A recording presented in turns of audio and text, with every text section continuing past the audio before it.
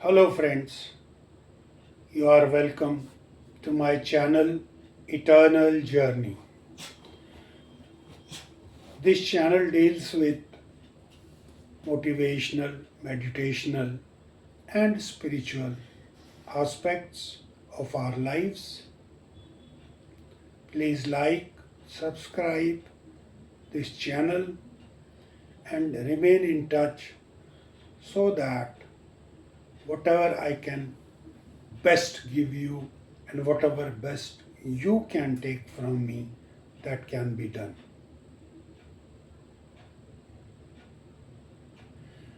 Today I'll be teaching about Bhagavad Gita, whatever best and how far I can go, I will try. Let's see how many chapters can we cover today. Maybe one, maybe two, three, four, five, or even more. In the beginning, let me tell you about myself. I am an ex-army officer, and for quite a long I have been in touch with meditation and of course scriptural teachings. I like Bhagavad Gita most. I've read Vedas also, but of course I could not understand them. I'll try again reading, understanding Vedas and bring you the essence of Vedas as well. Today I'll be telling you about Bhagavad Gita and its teachings. Teachings of Bhagavad Gita are eternal, and this is one of the most widely acclaimed book across the world. Almost all great people have read it and commented on it. Many people have written their feelings and explanations on Bhagavad Gita. To start with, let's know about Bhagavad Gita. Bhagavad Gita is almost 5,000 years old book. It is part of one larger, bigger book, which is Mahabharata. Mahabharata has given us a mythological, if we call it mythological, it may be truth also for lot many of us. It may be a reality for lot many of us. So Mahabharata depicts the war between two warring factions, the Pandavas and the Kurus. Pandavas are the sons of Pandus, they are 5 brothers. And Kurus are 100 brothers, their father is Dhritarashtra. Pandu and Dhritarashtra are brothers, so Pandavas and Kauravas are cousin brothers. Before I progress about the battle of Mahabharata, let me tell you some more about Bhagavad Gita. As I said, Bhagavad Gita is a part of Mahabharata. It is part of one chapter, that is Bhishma Parv. Bhishma is the great grand old man of this dynasty. He is the most revered man in Bhagavad Gita, in Mahabharata. He is revered both by Pandavas as well as Kurus or Kauravas. So this book, Bhagavad Gita, is part of Bhishma Parv. That is the story about Bhishma and his life. Now Bhagavad Gita means Bhagavat and Gita. It is a combination of two letters, Bhagavat and Gita. Bhagavad means God and Gita means Geet or song. So the literal meaning of Bhagavad Gita goes as Song of the Lord. We can say in our own colloquial language, song for the Lord or song by the Lord, both. So I told you the literal meaning of Bhagavad Gita. Now this section has been taken out from Mahabharata and it is known as Bhagavad Gita. It has got 18 chapters. Chapter 1 describes the battlefield and Arjuna saying, O Krishna, Krishna is the Lord in Mahabharata as well as in Indian mythology. We may call it reality. I don't want to offend people who say that this is reality. So, I was saying Arjuna on the battlefield tells Krishna the Lord, the reincarnation of Lord Vishnu, that I will not fight with my relatives. That is how the first chapter starts. Then Krishna tells him he should fight, why he should fight, how he should live in this world. What old people have said, what scriptures have said, what qualities a person is born with, what happens to soul when the body is dead. All these immoral teachings are there in Bhagavad Gita. And in the end, the Lord says, Oh Arjuna, I have told you everything, I have explained you each and everything. Now do as you wish. Then Arjuna says, Lord, I have understood each and everything. Now I will follow your directions and will fight against the Kauravas. So these are the 18 chapters of Bhagavad Gita in which different kinds of knowledge have been given. Basically, 4 paths have been very clearly demarcated in it. One is the path of karma, that is work, that is duty, that is dharma. Follow your dharma, follow your karma. Work for God, not for yourself. Then second is the path of knowledge, reading scriptures and attaining knowledge, and finally attaining God. Then is Bhakti Yoga, the devotional path, and then the meditational path, the yogic path. So these specific chapters are there in Bhagavad Gita about Bhakti, Karma, meditation and knowledge, path of knowledge. In these 18 chapters, there are about 700 verses. So Bhagavad Gita consists of 700 verses. The dialogues between Sanjay, Dhritarashtra. Sanjay is the person who tells the blind king Dhritarashtra, who is the father of the Kauravas, as to what is happening in the battlefield. And then, of course, between Lord Krishna, the reincarnation of Lord Vishnu, and Arjuna, the warrior, who is the most powerful fighter amongst Pandavas and Kauravas. So this was a little introduction to Bhagavad Gita.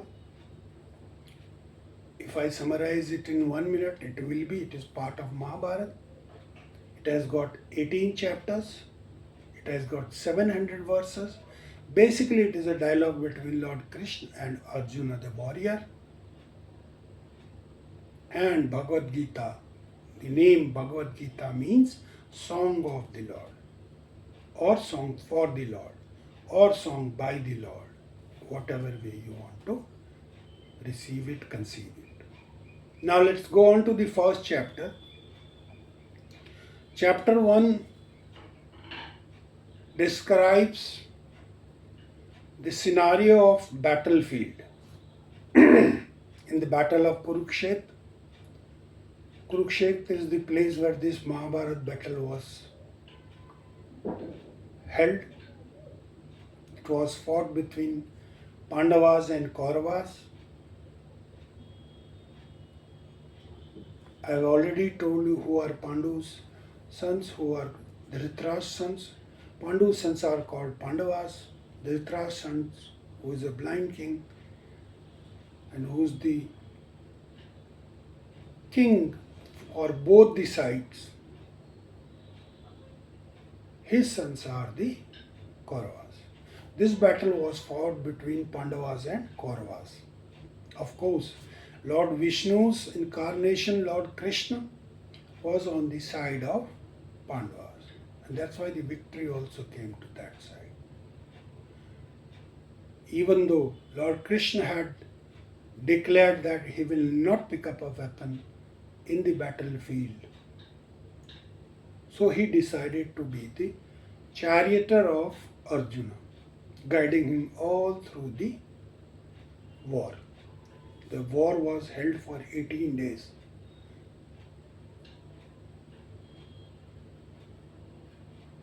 When the battlefield is arrayed, the Kauravas and Pandavas are standing in the battlefront, in the battlefield. Arjuna suddenly tells Krishna, "O Lord Krishna, can you please take my chariot in the middle of the battlefield? I want to see who all have come to fight against me." Smilingly, Lord Krishna takes the chariot in the middle of the two armies. There Arjuna sees his grandfather, Bhishma, his teacher, his guru, Dronacharya, his brother Duryodhan and his brothers, his uncles, his friends, his cousins, and all other people who are his close and people near to him. Seeing all these people, he says to Krishna, "O Lord, how can I fight against these people? They are my own. How can I acquire the kingdom by killing them? I don't want this earth. Forget about this earth. I will not think of having heaven and the Patal Lok also." In Hindu scriptures, three universes or three lands have been described. They are Swarglok, Earth, and Patal Lok. So he says, even if I get the kingdom of all the three places, I am not willing to fight. I can't kill my own people.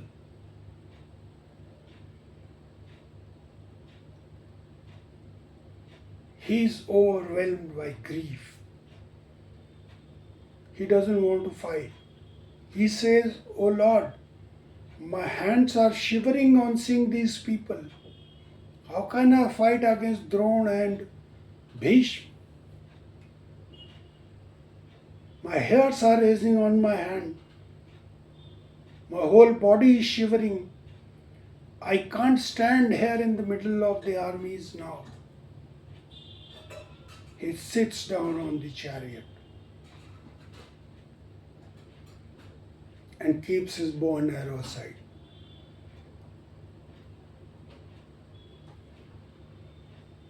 On seeing this, Krishna says, now we come on to the second chapter. This was the gist of first chapter and the introduction to the Bhagavad Gita. So, if I summarize first chapter in 1 minute, it will be: Krishna takes Arjuna to the middle of the two armies.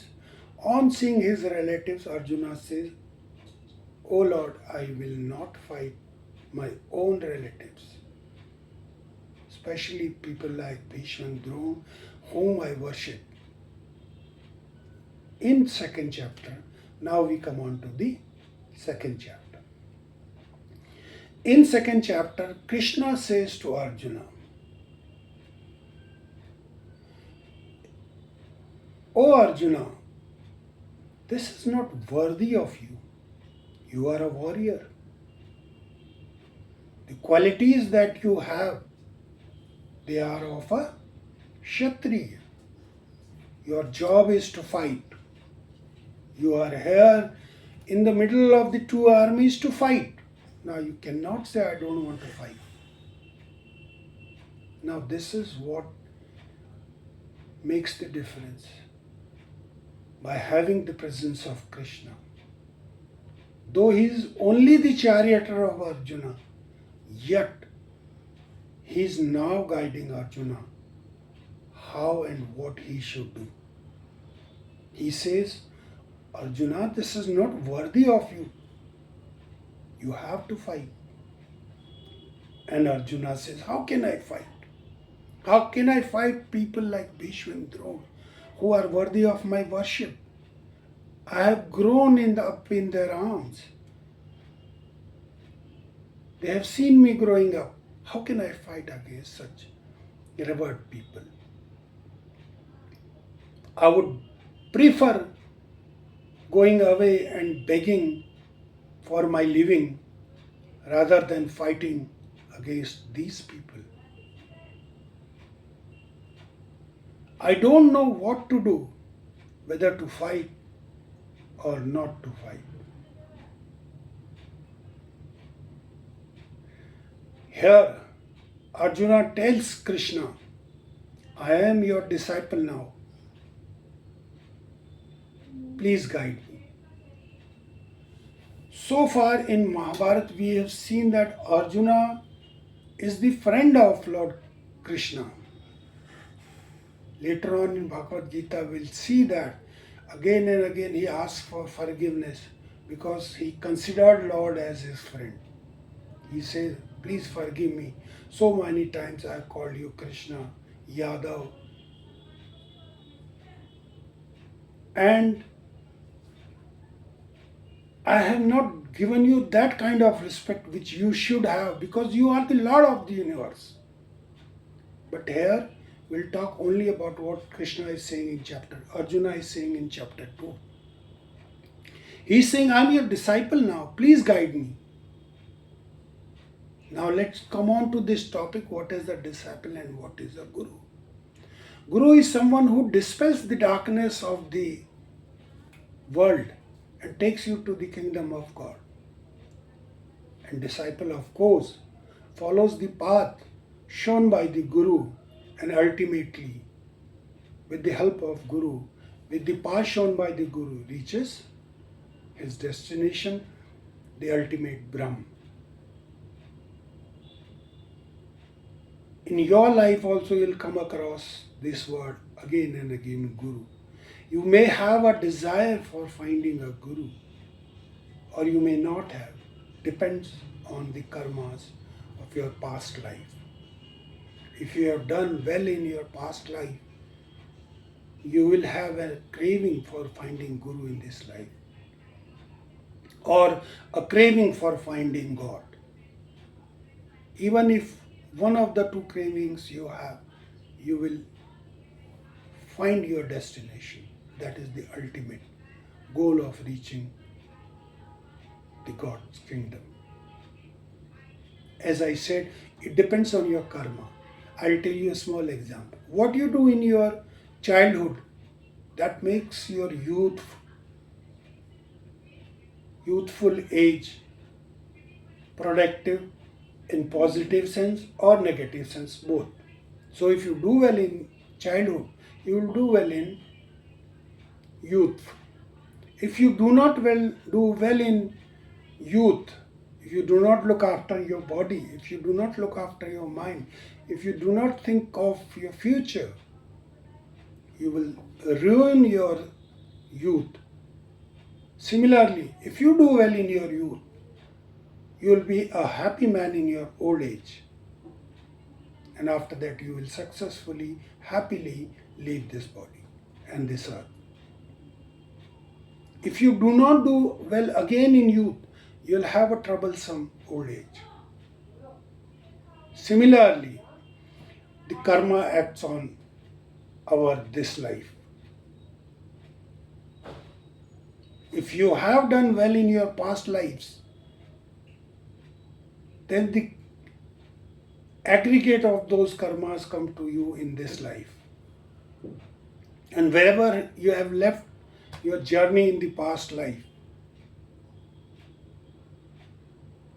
you will proceed ahead from here. It is given in Bhagavad Gita itself. God says, Arjuna asks God, what happens to those people who try to worship God but forget en route?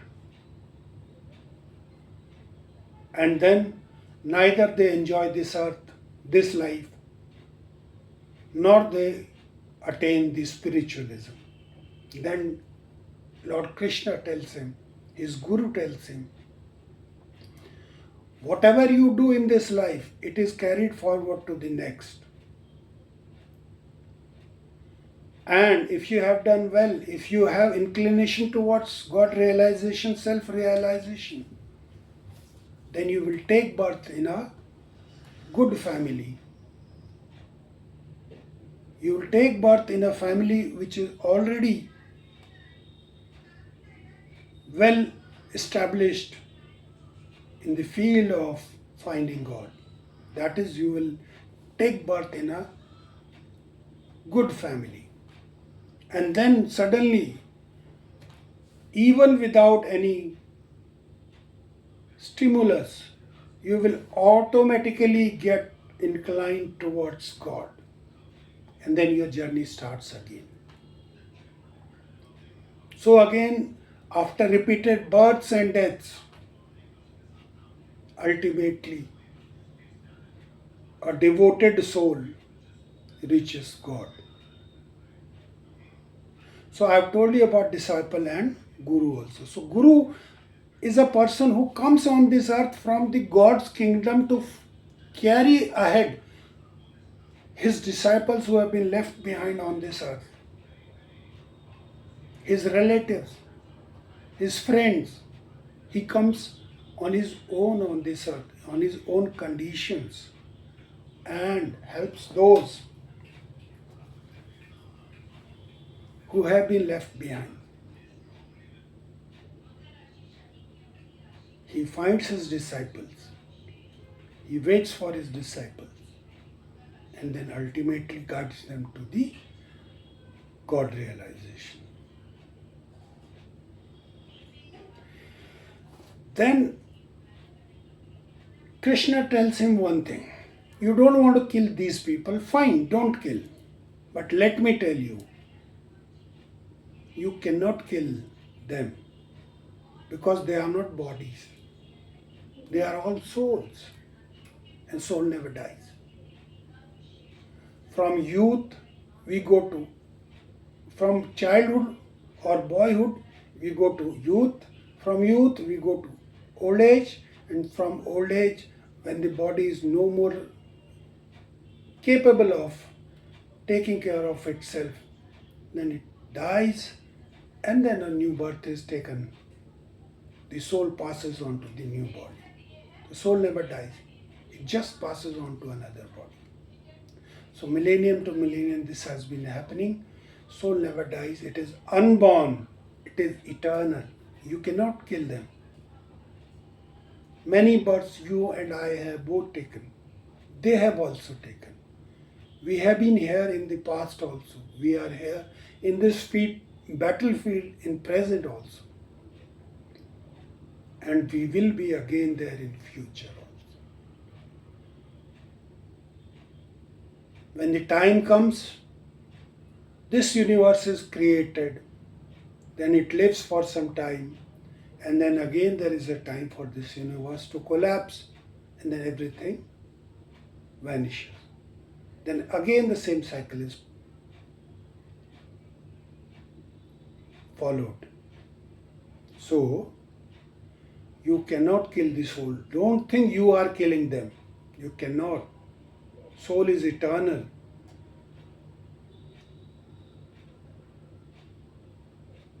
The way we leave our old garments when they are of no use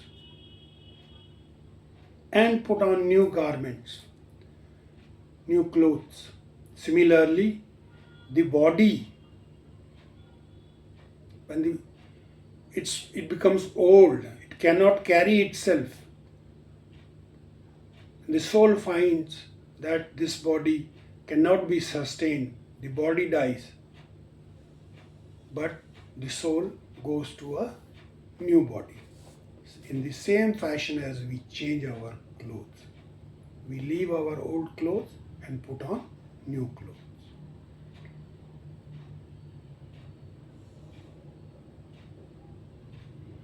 In this chapter only, Bhagavad Gita chapter 2, which is the summary of the entire Bhagavad Gita, the cream of the Bhagavad Gita is in this chapter. In fact, initial 4-5 chapters are the cream of Bhagavad Gita.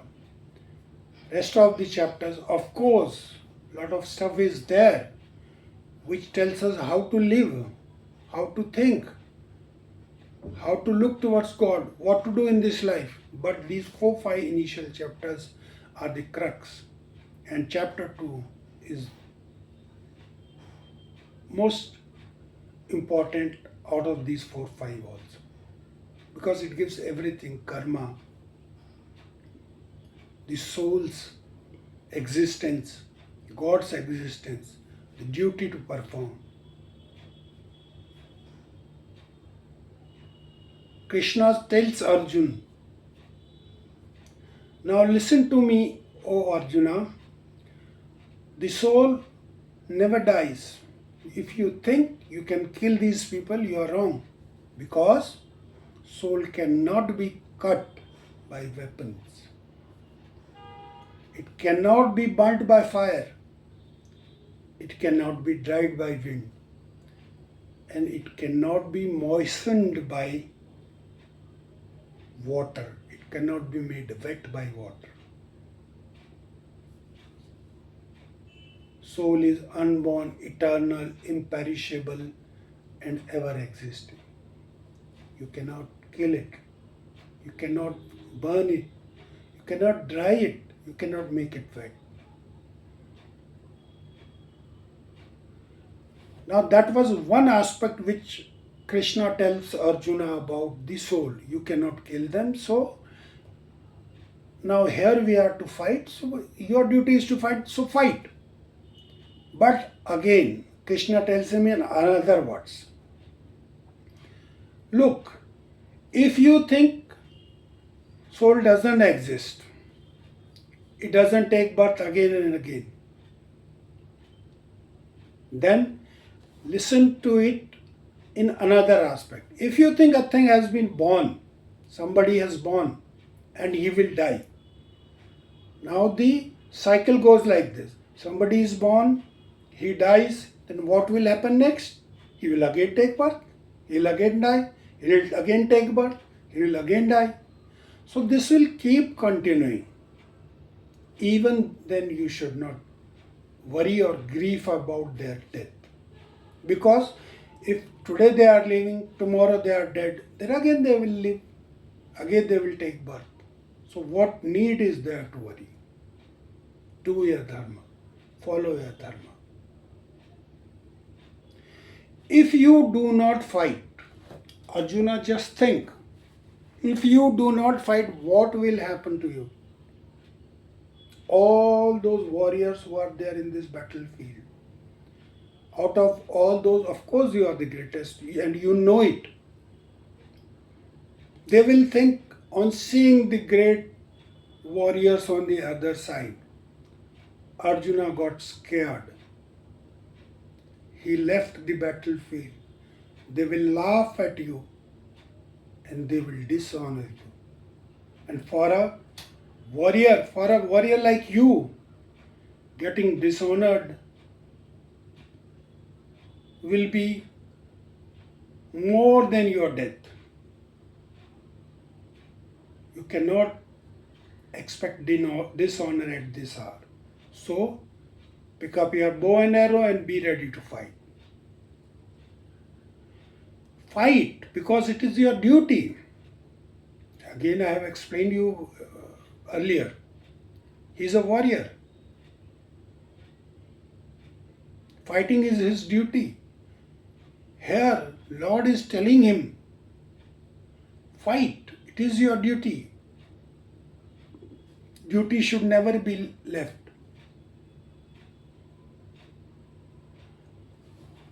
In Bhagavad Gita, God tells Arjuna, if you don't want to work, then do devotional service, devotion. If you don't want to don't want to do devotion, then do karma. If you don't want to work or do karma, then follow the path of knowledge. That is, read scriptures and read about God and find Him. If you don't want to follow that path, then do the yogic path, the meditational path. Here he is telling, whatever is your duty, it is your duty here, you are a warrior. Your duty is to fight, so fight.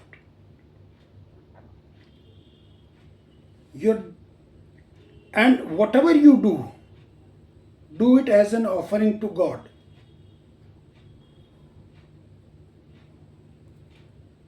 Supposing you are a businessman, supposing you are a farmer, supposing you are a soldier, supposing you are a housewife, whatever in that place is your duty, do that and offer it to me. And don't desire the results of that activity. That is what is known as Nishkam Karmenendi, the desireless activity. Your actions should be desireless. You perform your duty of a businessman, but don't think, I want so many lakhs in return. How you should do? You should offer it to God. Oh Lord, I am performing this duty and I offer it to you. Good or bad, whatever comes to me, let me accept it gracefully. As it is, Krishna tells him, giving the fruits of action is in my hands. When, how, what, how much is to be given, that is to be decided by me. You should do your job and forget about the results of the activity. As I said, this is what is Nishkam Karma. And the greatest teaching of Bhagavad Gita is, of course, Nishkam Karma, the desireless activity. Whatever activity you are performing, that should be done without expecting the results. Just do it because it's your dharma, the righteous work for you.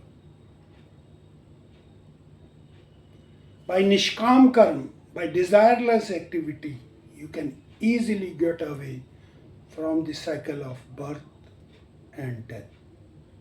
As I said, this is the biggest teaching of Bhagavad Gita, the desireless activity. If you offer your each and every activity to God, supposing you have to eat, just remember Him and say, Oh Lord, you have given me this food and I offer it to you before I eat, and let this food nourish me with your blessings. This is how you have to act.